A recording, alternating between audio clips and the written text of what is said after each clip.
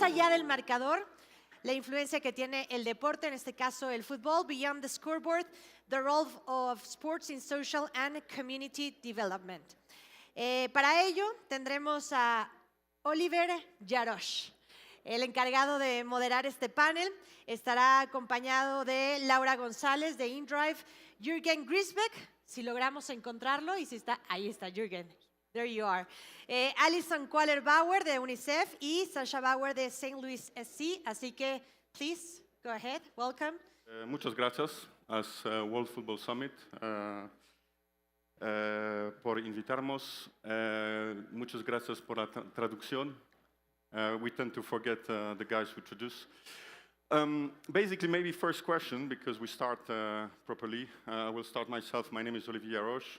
I'm working for LTT Sports as well as AcessibAll, which is a non-profit advisory focused on accessibility for disabled fans. As you don't know, but 20% of the population has a disability.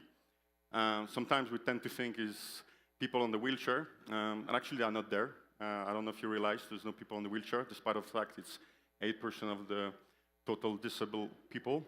And when you think about 20%, you think it's a huge number.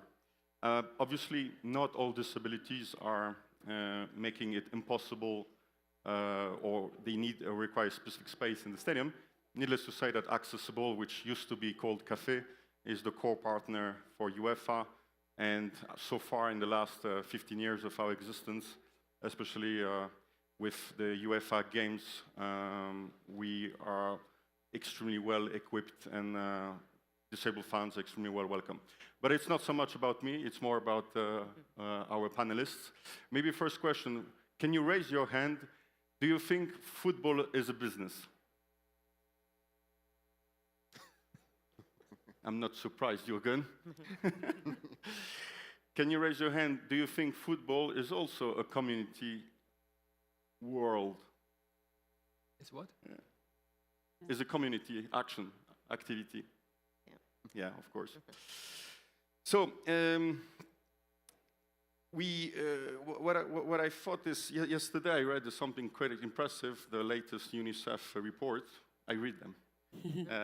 And they were saying that 1 out of 4 children lives in poverty worldwide. And this is quite impressive or astonishing number. And obviously we don't think, and we're not here to say that football is going to save all the issues, but I think it's very important to point out the importance of football and sports in general. So before starting, actually, I'd like to ask already my panelists to present themselves with one question to each. And of course, Alison, congratulations for the award yesterday. I'm sure you had some drinks with the cup before it falls. No, I'm joking. And the one thing you all raised your hand more or less for the fact that sports and football is also a community exercise. But my question for you is more, how do you, beyond presenting also UNICEF briefly, how can we keep the community aspect very organic within sports world? Alison, then same for Jurgen, for Laura and Sascha. Thank you so much. Yeah, I work at UNICEF headquarters, but we are located in 190 countries around the world. So that means pretty much anywhere you go, you'll find a UNICEF office.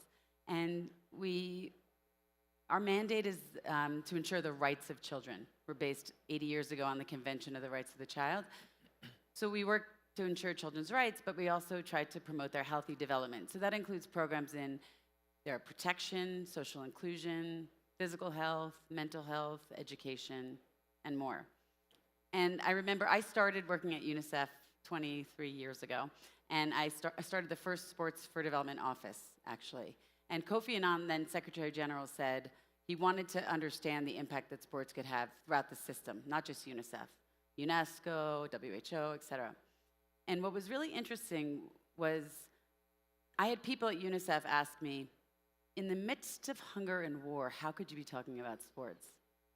And I remember thinking, a child in conflict, or a child who is, suddenly an adult because they've lost their parents to AIDS, or a child who is, out of school and on the streets. Sports is exactly what we should be doing to keep them safe, to give them back their childhood when they lose it. And so for the last 25 years, I did leave in the private sector for 16 of those years, but I'm back doing what I love. And the UNICEF has grown in many ways, but we do work at the government level, so I can explain more about how we work, but I just wanted to say thank you. Thank you, Alison. Jurgen, from a global social impact charity, say maybe a few words about Common Goal, please. Yeah, maybe just quick, like what we've built over the past 25 years is a collective of leading organizations that are working in their communities using football as a tool for social transformation. And on the other side, within the industry, we have gathered a collective of leaders who actually believe that football has a role to play when it comes to social transformation at scale. That is athletes, that is coaches, that is clubs, that is institutional leaders, that is brands, actually. And there we have built a 1% reference in terms of contributing from what actually you gain from commercializing the game collectively into impact. Maybe I'll leave it here for now. Laura, usually, probably you might know very soon because you might use it in Drive, a bit of commercials. Thank you, Laura. I'll send you the bank account later. Very interesting to know more about inDrive, but very actually interesting to know how a company which is not linked with sport is involved in sports. So Laura, the floor is yours. Thank you, thank you. I'm super happy to be here, super excited to see all the people that are interested in all the social impact that can be done through sports. And yes, like you said, inDrive is started as a ride-hailing company, but we're also here to challenge injustices. And one of the injustices around the world is that not all boys and girls have access to sports. So this is where Supernovas comes in. I work with Supernovas, and what we do is that we take football and we take it to small communities, to rural areas where normally sports don't get there. So that's what Supernovas does. We give free training programs to boys and girls from 5 to 12 years old. We focus on the game, on then having fun, and having a space, like you said, you know, in war, this is a good space.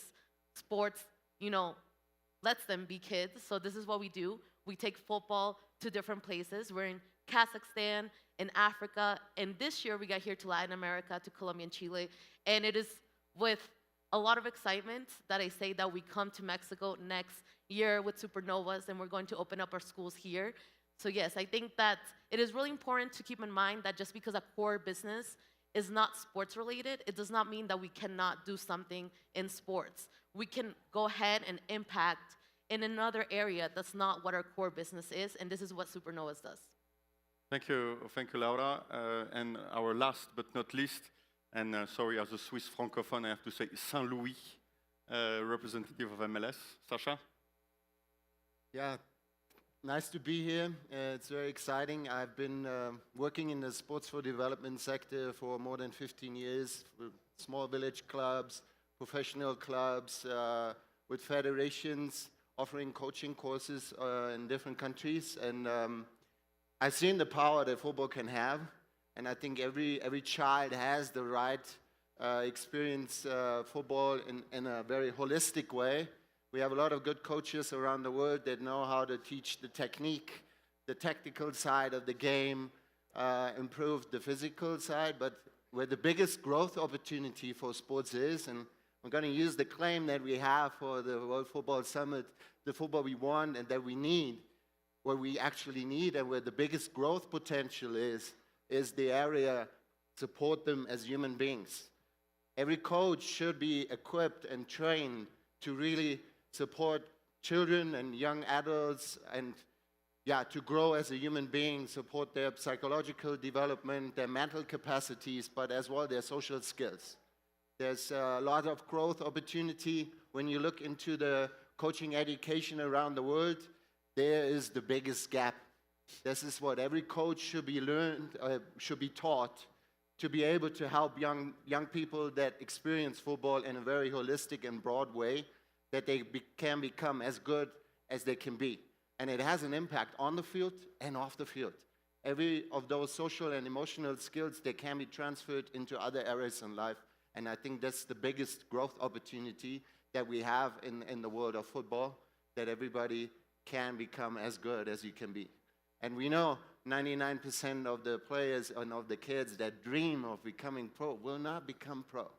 So, and everybody has the responsibility to really support them in that way. And the club I work for right now, they're very committed. It's a professional club. They want to be as successful as possible.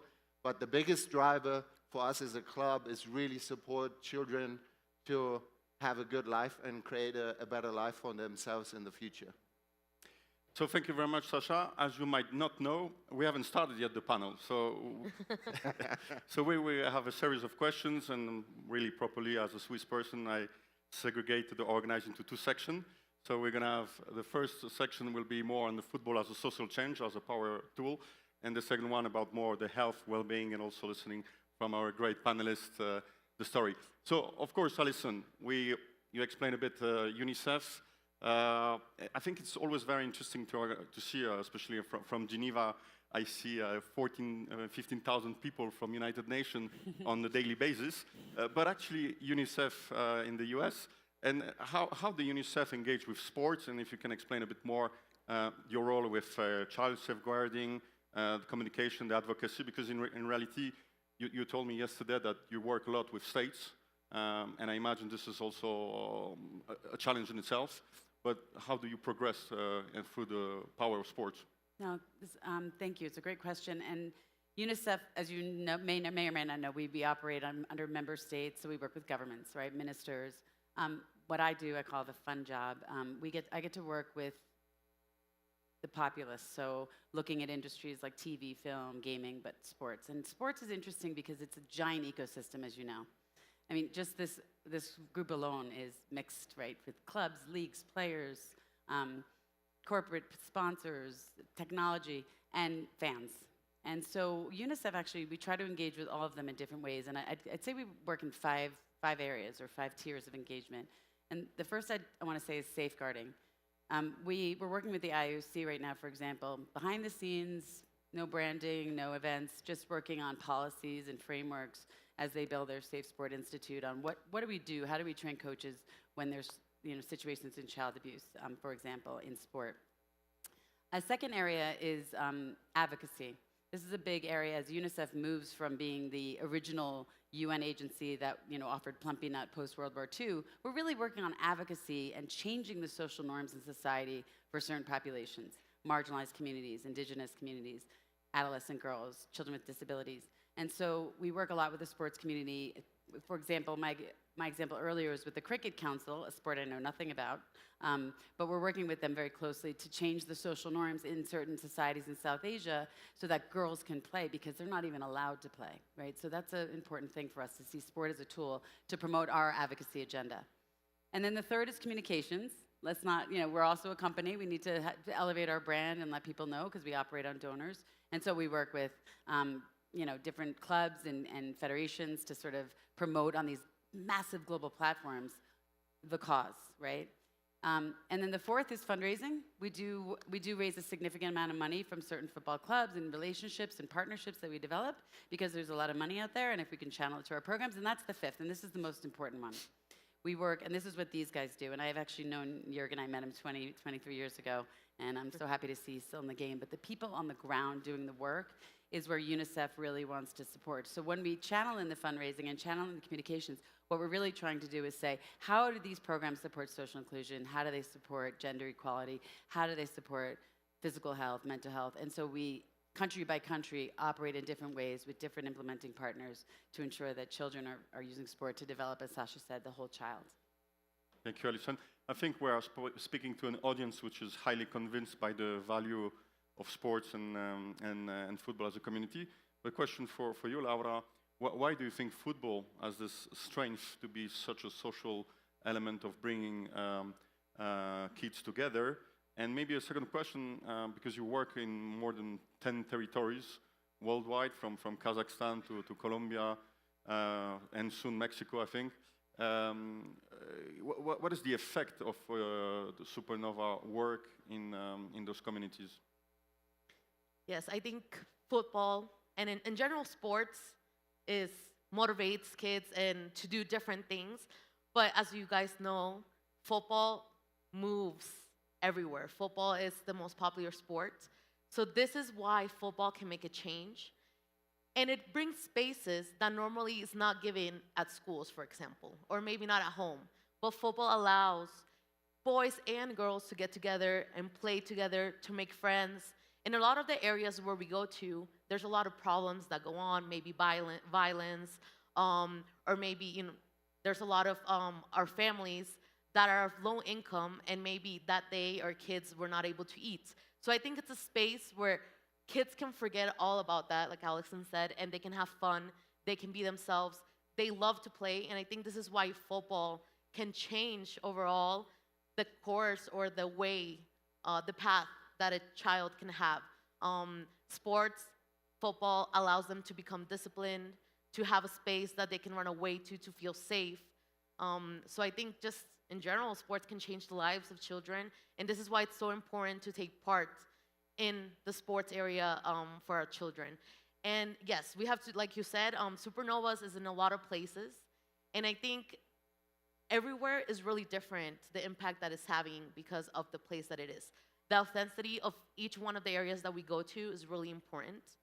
For example, we have to keep in mind the weather.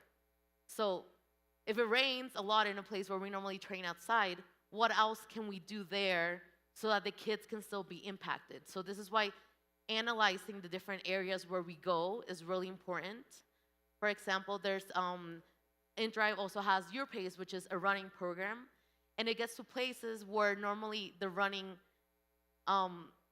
or the races don't get there. So it's really important to keep in mind that where we go, the places where we go to, everything is super different in each place. We need to know the necessities, the needs that everyone has in each places that we go to. So for example, we have to keep in mind for our kids in Africa that they have Ramadan. So maybe we can't train as much as maybe in the other, months where Ramadan is not there. So I think it's really important to keep that in mind, that when we have impact, we also have to know the needs that each place has. We may be in general a football program, but each one of the places that we get to has needs that are different, so the impact is also different, but positive, obviously, everywhere.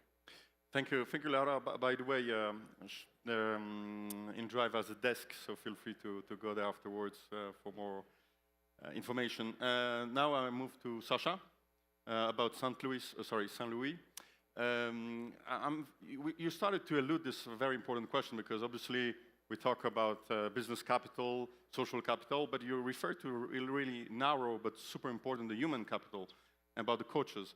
And I think this is really an important element to highlight now about the role of coaches, and actually how do you perceive, or how the club is doing to improve the role of coaches also, especially in the social, mental approach towards the younger generation.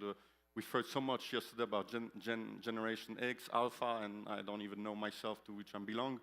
But how do you do it? Well, we offer free coaching education in St. Louis. We work together with the state association that offers coaching courses in Missouri, and we decided to offer everything for free. We believe that sharing knowledge for free is going to be a big driver.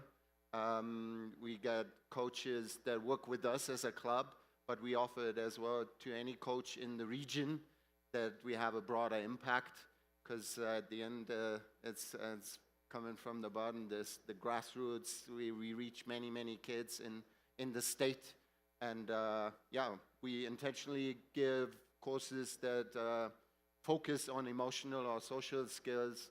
So we have just recently done a course only on empathy and compassion.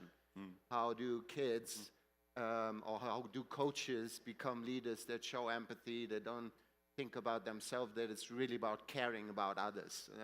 They sometimes live in many countries in individualistic societies, and I think it's a great tool, football. We have an environment where it's about fun, it's about playing, it's about enjoying, and kids in that environment have a very good opportunity to learn skills in a different way, play-oriented, all in games and in an explicit way. that, yeah, it's going to impact for a long time. And coaches are the big change makers in that way. Huh? They drive change. And yeah, that's what we're trying to do, reach as many as possible, as young as possible. And hopefully, as it always is, players that go through that later become their own leaders. Football industry is big, and there's different roles.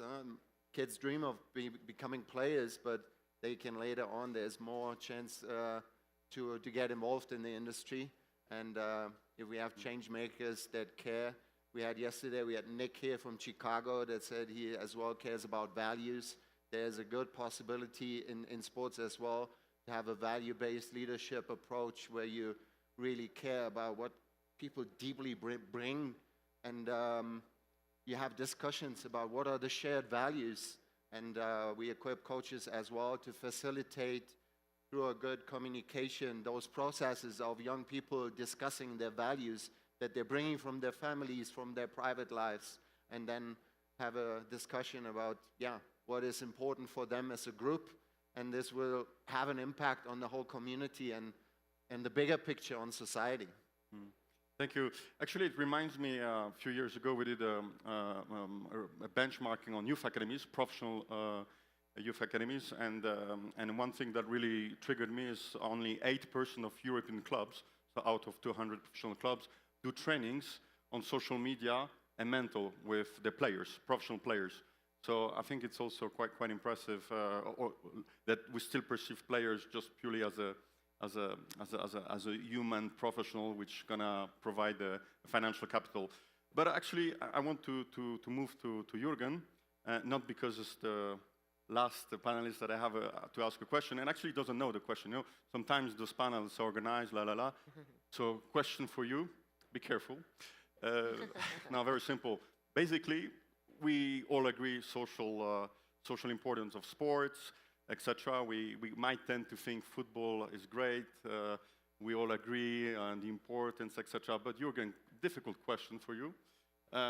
Why we don't do enough? Why it's not still as good as it could be? Just because sport is so small, or we are not effectively using it enough? It's a good question. I think it's not that difficult, actually. I don't know if I will get to answer the question, but I'll try to share like some insights that might take us to answering the question. One is, I think if we look at the panel, for example, if we had to define a shared vision here, I think it would be like every child everywhere should have access to a safe space to play, learn, and thrive. I think that's like what we are all about. Now, we all think we have the solution, and we don't collaborate enough, radically enough, because we're not educated to really thrive towards tackling the challenges at the scale they present themselves. Climate, gender equity, or just the one we talked about, or I mentioned as maybe a summary of what we're all thriving towards. So I think it's actually we ourselves have to shift our minds into that space. We want to solve a problem, and we are not capable to solve it. None of us. None of us. Not UNICEF, not us, not you, not you. We all do our best, but singular in whatever we can do. But we don't put the assets we have together in order to really, really solve the problem. And that's a humankind mind shift, because we have been educated to compete. You fundraise, I fundraise, you fundraise, you fundraise. Everybody does. Yeah. And we're not working together. Yeah. You will sometimes play my role, I sometimes play your role. It's just not happening. And on the other side, football. We already have the evidence that football accelerates social transformation. We know it. We don't have to talk it anymore. We know it. Just take it, work with it. On the other side, you say like 99% don't get there. 99% of those we see. But then there's a whole crowd we don't see, who is not visible, who is not covered by the associated football. It doesn't exist in football. And it's more than those we see. But football is everywhere. You don't have to take it anywhere. It's already there. So you just have to take what's there and work with it. And take what's already invented and don't invent it yourself. It's already there. There are the solutions out there. Like, look at it, recognize it, work with it, and put what you have towards it. Don't do the stuff others already do better than you. Work with it. And I think football has to recognize it's not just like football because it's so exciting and because blah, blah, blah, but football has a responsibility because there's nothing else like football. If there was arts, or if there was music, or if there was pharmaceutical or mining or whatever, it doesn't matter to me, I would work with that. I work with football because there's nothing else like football. But football doesn't recognize that. It doesn't. Football is all about the business, and if there's some mind space or some money space left, we might do something in purpose. No, you're the only one who can do it because you have what you have. And it's not just to commercialize it. Build impact in what you do because you're the only thing, you have that treasure in your hand. Use it. Work with it. It's not about growing the fan base for growing the fan base. It's not about building your Barcelona or whatever, Monterrey or whatever business. It's good, do it, but do it with purpose and integrate it in what you do. That's your growth potential. That's where you grow your fans on the long run. Not with the next iteration of whatever gaming. It's fine, do it, but build impact into it. Speak with your crowd. Have your crowd engage with what they can contribute to the change. So I do think it's all about shifting our minds first before talking to everybody else to shift their minds and really commit to solving the problem and not just to building your brand. I think we can stop. We're done.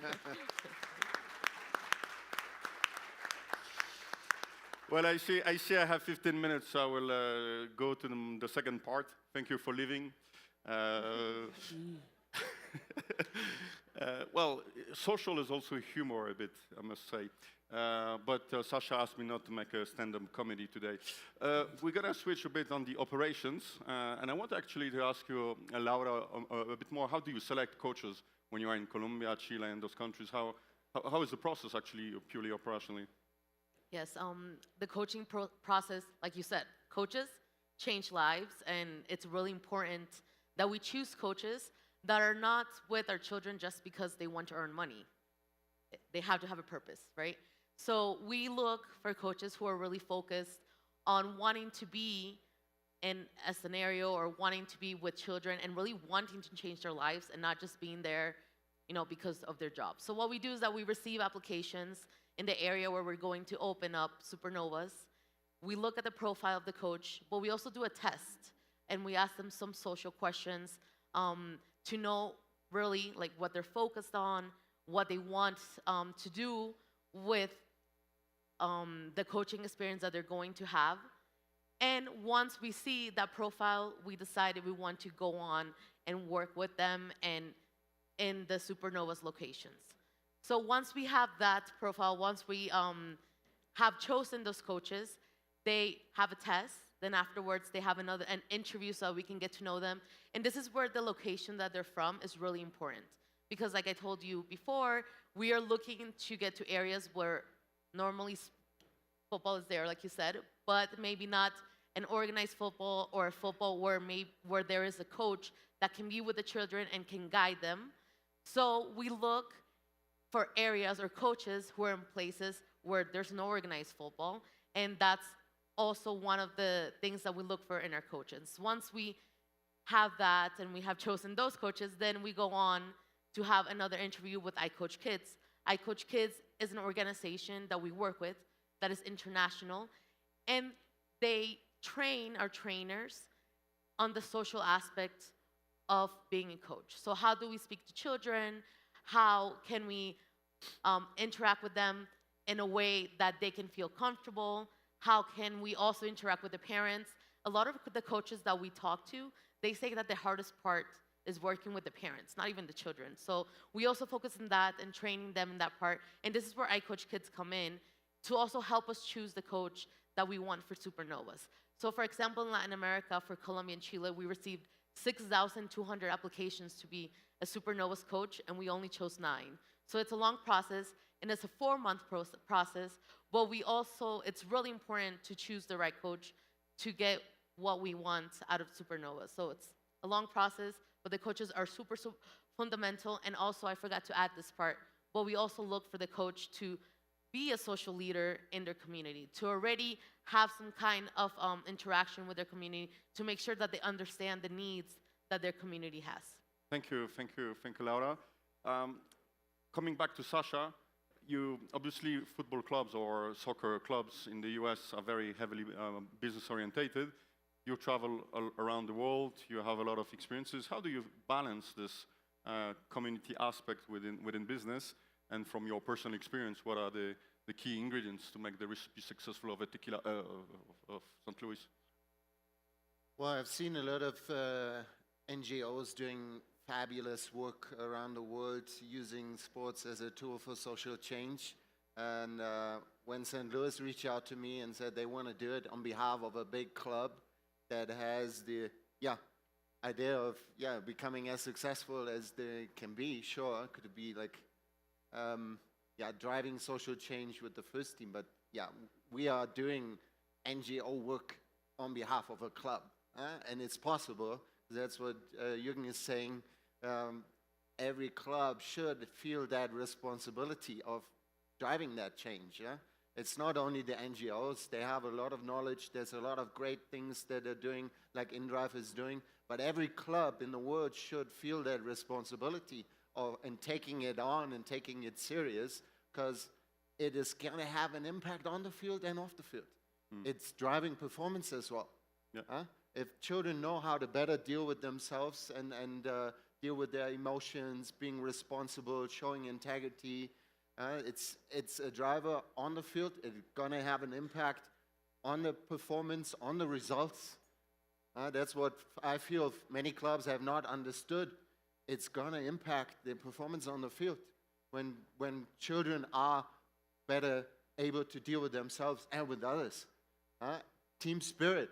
We've seen teams being successful through team spirit, not the individual skills. If I remember Leicester City winning the Premier League some years ago, they didn't have the best players, but they had this incredible team spirit. It's possible, and I think it's not taking serious, and I think every club should take on that responsibility of providing that opportunity for their coaches to learn what is necessary to really support the kids and the young players in a holistic way. We leave that to the sports psychologists, but every coach is able to support kids in a holistic way. We just don't train them. And that's on the federations that we change the curricula for the coaching education. The social and emotional learning could become part of every coach's learning journey. And when you do a D license, a C license, a B license, I remember when I did my A license, my teamwork module was 90 minutes. It was like, oh my God, okay, it's like it's fading quickly. It's no profound knowledge that is shared about those skills and how to promote them. And that's what needs to change, because that's going to drive long-term change. Every coach has the right to learn that knowledge, and that is a big opportunity that we have and we have to grab. And it could be clubs driving that, like I do now with St. Louis City SC. But at the end, it should be every club in the world that does that kind of work. Yeah, I think yesterday in the bar we mentioned it's the social impact, the social community, and actually it's obviously works sometimes as a company. By the way, I still have some tissues because I'm going to ask a question to Jurgen. Now, well, how can we leverage, because you gave a bit the situation, but how can we all leverage together to ensure that all this cumulative knowledge, all those brains together, we can overcome this obstacle and make a true difference? Yeah, I will be shorter this time. First of all, I think it's to recognize that we're here as a team. And to recognize that we cannot all be this number 10. But we need a number 2, we need a number 8, we need a goalkeeper, we need a coach. So recognize, like, what's your role on the pitch. I mean, you're all in football, you know how it works. A team can also only perform at its highest level if everybody performs his and her own role to the best of her and his abilities in order to contribute to the team objective, which is winning the game. Our winning the game is every child everywhere has access to a safe space to play, learn, thrive. So recognize that if you're a brand, you're not UNICEF and you're not Common Goal, you're a brand. And you don't know about impact in principle.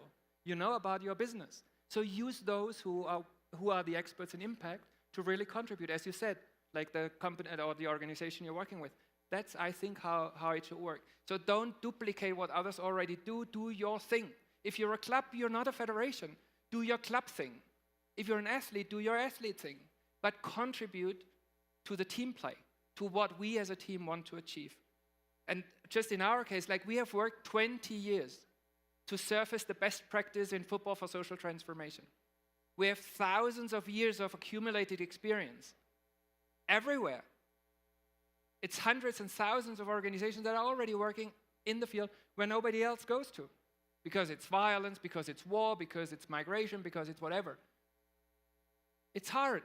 But what we have achieved with that is we have created a community, a network of organizations that trust each other, that share their knowledge, and that believe in the same quality standards. Now don't build it yourself again. We have already invested 20 years. Work with it. Not because of working with us, because no, we're just something that nobody else has, and we contribute that to the team play. So we're number 7, let's say. Don't be number 7, be number 8. So, but let's do it together. Thank you, Jurgen, and back to Alison. To make a circle, as UNICEF, what role, I'd like to hear, and I guess this is a takeaway for the audience, what is your experience of UNICEF in terms of best programs using youth to promote and shaping the social and emotional development of young people according to UNICEF? That's an interesting question, and I'm going to use Jurgen's analogy because I love metaphors and analogies, and I think the team analogy is a good one. I would like to be number 10. I did just watch Messi play last weekend against St. Louis, so I was happy to, whatever number we are, we stay in our lane. And I think when I was on this panel, my first thought was, we support the partners that do the work, that do the community development. So I would say it's hard for me to pinpoint. I mean, I can give you examples like, you know, from 20 years ago in Rwanda, working in gender parity programs where, you know, you have, if the girl, it was girls' co-ed games where the goal would only count if the girl touched the ball. Or I can give you the cricket example I gave last night, you know, or this morning, or I can give you social inclusion. We work with Special Olympics, and, you know, screening children for blindness and deafness is one of the biggest issues. If you actually, you know, get rural areas into district centers using sports as a tool to mobilize, you can do some screenings. Like sports is, it's the greatest tool we have to achieve all of the goals, and that's actually incredibly powerful. But I think, humbly, I'll say we stay in our lane, and even within the UN system, I'm on an interagency call quarterly with all different UN agencies, which is quite interesting. And there are agencies I've never even heard of, and everyone wants to work with sports to achieve their goal. And I think if you take the advice that Jurgen's giving, it's you have to know your responsibility. We do work with clubs. We were just down in Miami last week, and we work with federations, like I mentioned, the IOC. We work with, we have a Goodwill Ambassador program, so athletes. Imagine you're an athlete with the followings on social media and children doing this all day long. You have a responsibility to those children. You know, I think, I was talking to someone last night, and I work a lot in sport and disability as well, and when you have a kid playing sports that's disabled, what happens not even in the field, but what happens when that child goes home elevates the entire family. The parents, the way the kid wants to return the next day. I mean, it's hard to almost capture it in a panel, but each person that attends events like this, in not just football, in my opinion, every sport, has a responsibility. And I think if you can figure out where you can make impact and use it for social good and for purpose and change, I think you reach out to the partner that you can make them the most change, and there's a world of sports development and social change waiting for you. So. Thank you very much, Alison. I think if there are any club representative in the room, they can still contact you for meaningful partnership, as it used to be in the case of many clubs in Europe. Well, I'd like to thank you, the panelists, especially you guys also. You know, as a moderator, I have a bit of time to look at you. Very few of you were on the phones, except Mr. I hope you find it as interesting as useful, which I did myself. Just maybe one last comment.